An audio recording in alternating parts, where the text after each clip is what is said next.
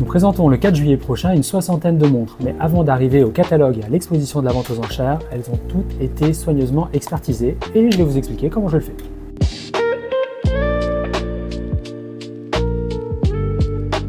Nous avons reçu une très intéressante montre qui, chose rare pour l'époque, est arrivée avec son écrin d'origine. On voit un bel écrin Seamaster avec les anneaux olympiques et Mexico pour les Jeux olympiques de 1968. À l'intérieur, vous voyez, jolie montre, belle couleur, patine intéressante. On regarde à la loupe toujours, les indications dessus. Sur le cadran est marqué Omega, la marque très connue, rendue célèbre par sa participation aux Jeux olympiques qu'on retrouve au poignet de James Bond. Lorsqu'on a une montre, on vérifie les différents éléments. On regarde d'abord le cadran, voir comment les index sont patinés. Dans les années 60, nous avions encore l'utilisation d'une matière radioactive appelée le radium qui a une particularité de donner une lumière de ce type aux montres. Nous vérifions également son fonctionnement. Nous ne sommes pas horlogers, mais cependant, n'hésitez pas à nous solliciter pour savoir différentes choses. Si les passages de date fonctionnent sans problème. Le système aussi de la lunette est unidirectionnel, donc on vérifie que cette lunette tourne. On vérifie également la cohérence du bracelet avec la montre, voir si cette référence de bracelet était utilisée à l'époque par Omega. Vous avez différents numéros de référence ici. Et qui dit montre et montre mécanique, plus important est évidemment de voir ce qui se passe à l'intérieur. Nous avons ici un très beau mouvement mécanique à remontage automatique. On voit le rotor qui est devant. Un examen à la loupe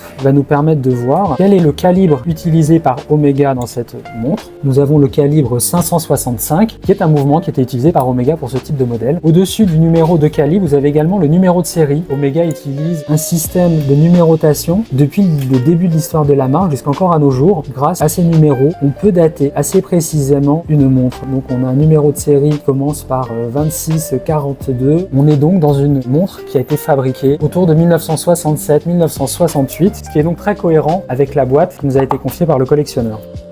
Tous ces éléments nous permettent d'arriver à une expertise et une estimation. On est face à une montre qui est rare. Elle est vraiment dans son état d'origine. Il faut savoir que ce sont des montres outils, des montres qui servaient à plonger, soumis à des conditions qui peuvent être extrêmes, qui ont pu, au gré des révisions, avoir subi des chocs. Ce n'est pas le cas de celle-ci. On est dans un état d'origine qui justifie une estimation entre 5 et 8 000 euros.